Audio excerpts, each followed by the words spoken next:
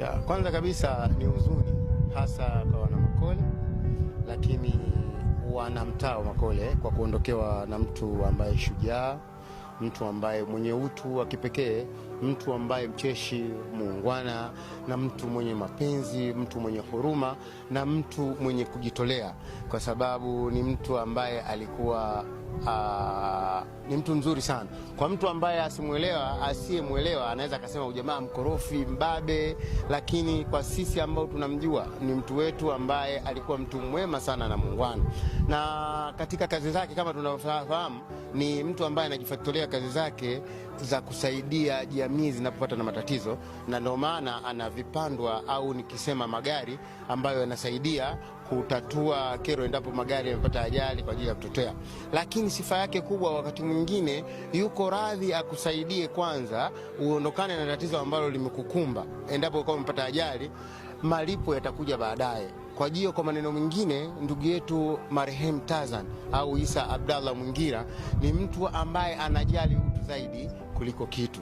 Kwa hiyo sisi kama wana Makole na mimi kama kiongozi wa kata ya Makole kiujumla nimeumia sana, lakini tumefadhaika mno kwa sababu hatuwezi kupata mtu sahihi au mtu ambaye anafanana na yeye.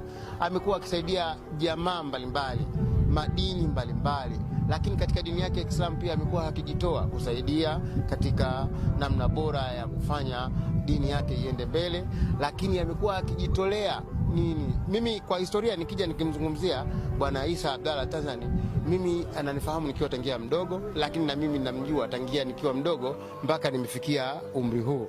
Ni mtu ambaye alikuwa anasaidia tangia zamani, miaka ya zamani, nikizungumzia 95, 96, 97, alikuwa anasaidia kutoa maturubai ya misiba katika jamii za watu wengine.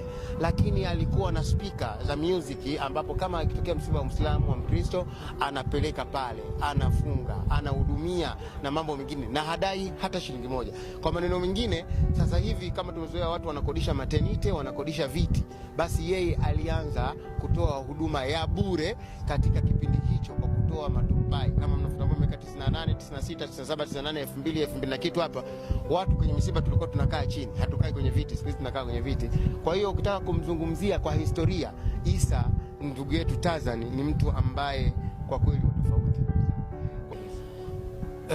Kabla sijatoa rai, binafsi nimejifunza sana kutoka kwake kwa namna ambavyo ametenda wema, amewekeza sana kwa Mwenyezi Mungu, na Mwenyezi Mungu katika vitabu vitakatifu inatuambia kwamba tutaenda kuyakuta malipo yetu siku ya Kiyama.